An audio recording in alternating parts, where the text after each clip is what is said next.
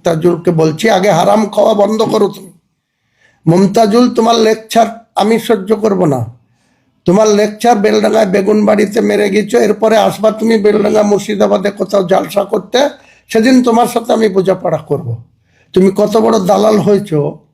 তুমি ইউটিউবার চালাও, ইউটিউবারদের পয়সা হারাম, লটারির পয়সা হারাম, তুমি আবার বড় বড় লেকচার মারছো। তুমি কোরআনের বিজ্ঞ ব্যক্তি হয়েছ, টাকা নিয়ে বক্তব্য দিতে এলে সেটাও তো হারাম। 100 বার।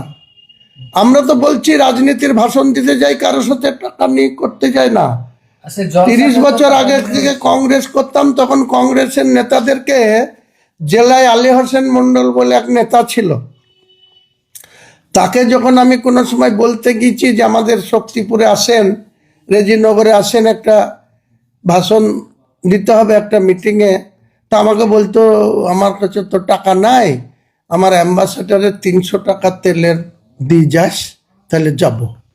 আমি কারো সাথে 300 টাকা নিয়ে, তোমার মতন 15,000 টাকা অ্যাডভান্স নিয়ে বক্তৃতা করতে যাই না বন্ধু। তুমি আগে হারাম খাওয়া বন্ধ করো, তারপরে লেকচার মারবা। মমতাজুল, তোমার লেকচারের ধার ধারে না হুমায়ুন কবির।